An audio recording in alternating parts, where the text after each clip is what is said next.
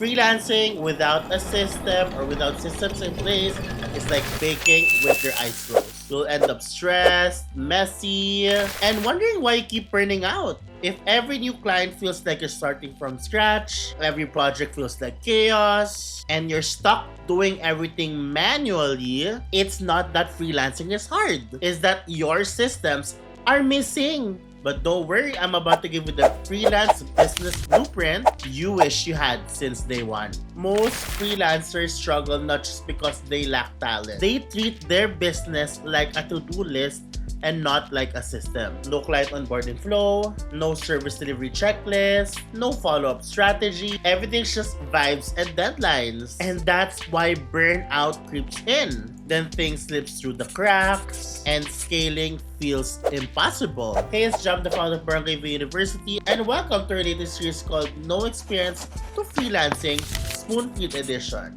Once again, this is your reminder to access our Notion board because everything that you need are all there. The worksheets, the dates, the all the files that you need to be able to be, successful with this freelance journey. Get it now through the description box below. Going back, I'm about to give you the solution to your problem, so why not hit that like button, share, and hit that notification bell because what I'm about to bring to the table is valuable. Now let's fix that with a system that runs like a clockwork. Here's the basic freelance cycle plus what tasks to do in each step and the tools that will help you run this biz like a total boss. Here's the 6-stage freelance business cycle. Number 1 is to attract, which is marketing and lead generation.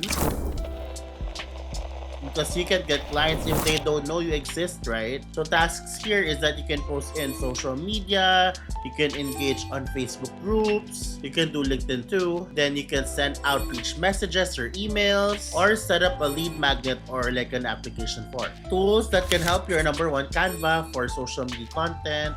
Number 2 is Buffer or Later for scheduling. Next is Notion or Google Sheets for lead tracking. And lastly, Typeform or Jot forms for application forms or client applications. Number 2 is to connect.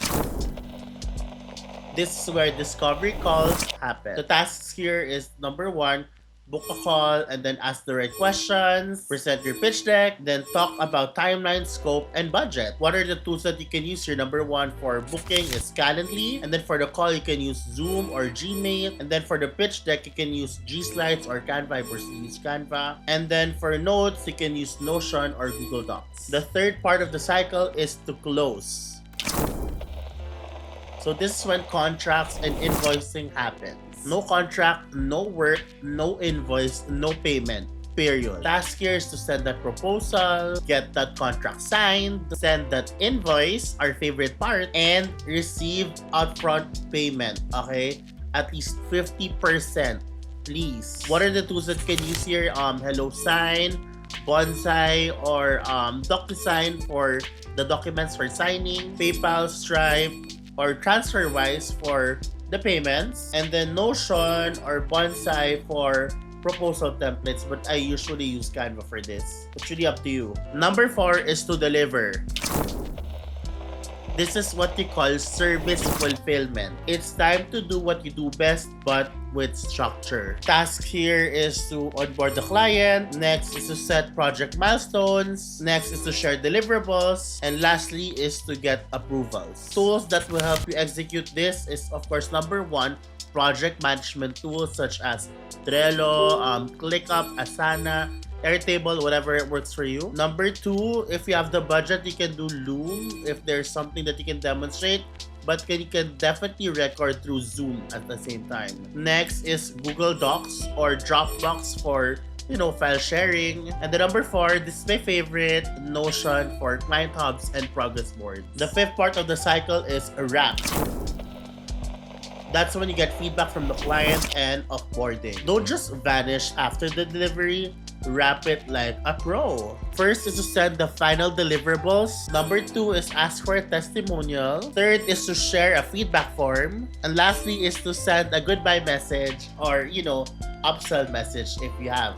So what are the tools that can help you? Number one is Google Forms for the testimonials. Number two is Notion or Canva for the offboarding templates. And lastly, number three is MailerLite or Flowdesk or any email marketing tool or CRM to stay in touch via email. This is for upselling. The last part of the cycle is grow, which is to review and optimize.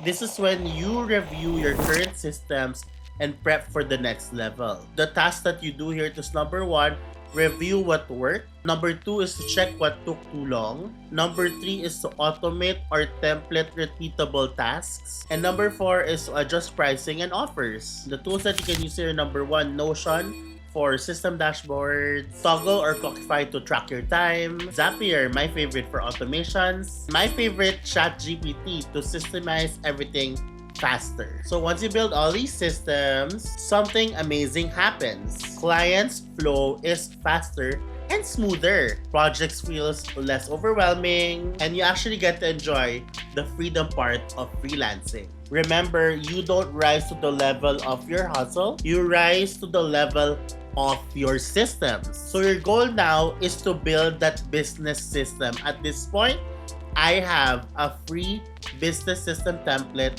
It's in that Notion board. I told you, get that Notion board. Everything that you need are there. So build your systems now so your future self isn't buried in stress later. You got this.